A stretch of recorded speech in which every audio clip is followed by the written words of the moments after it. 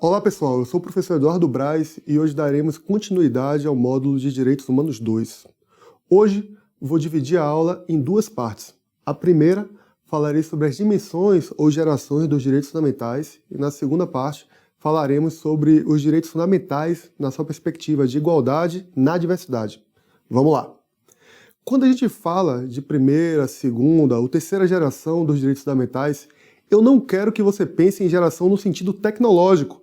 Ah, o iPhone de primeira geração é menos elaborado do que o iPhone de segunda geração, que é menos elaborado do que o iPhone de terceira geração. Não é isso.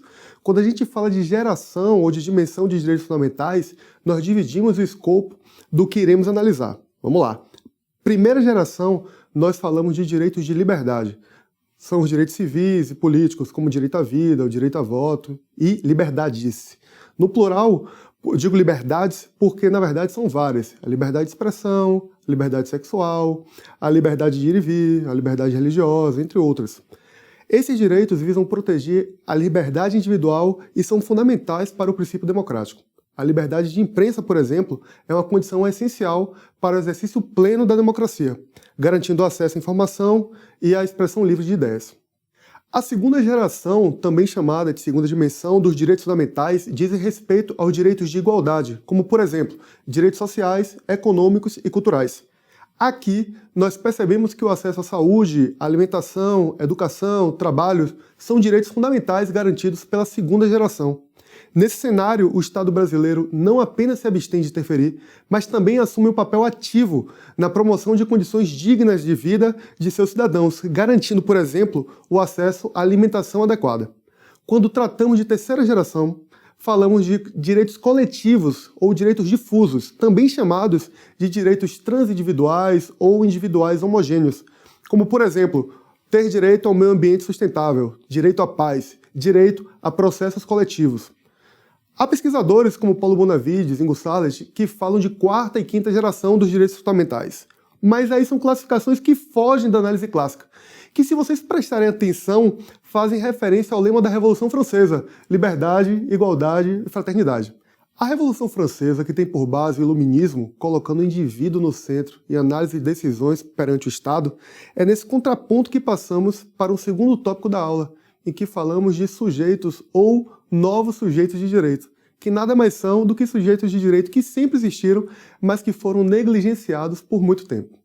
O direito à igualdade substancial desses direitos estão mais associados no que tem de desigual do que de fato no que eles têm de similitude aos velhos detentores de direito.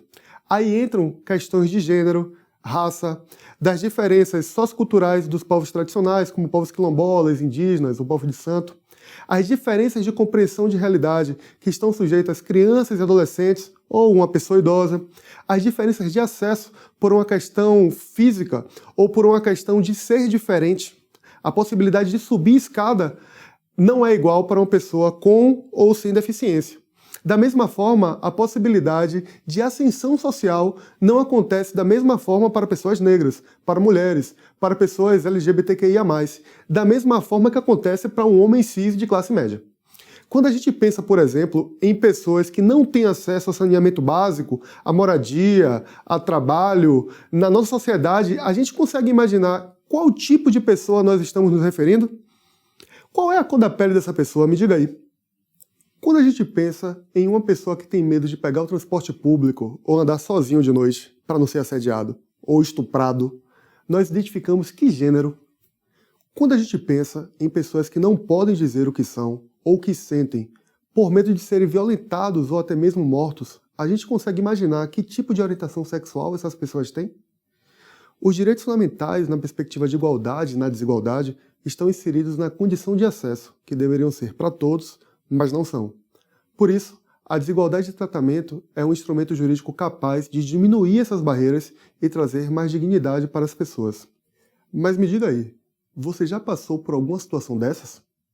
Eu espero que não, mas certamente você já passou, porque a diversidade ainda não está completamente inserida nem do ponto de vista jurídico, nem institucional, nem político. Beijos a todos e todas e vejo vocês na próxima aula. Até mais!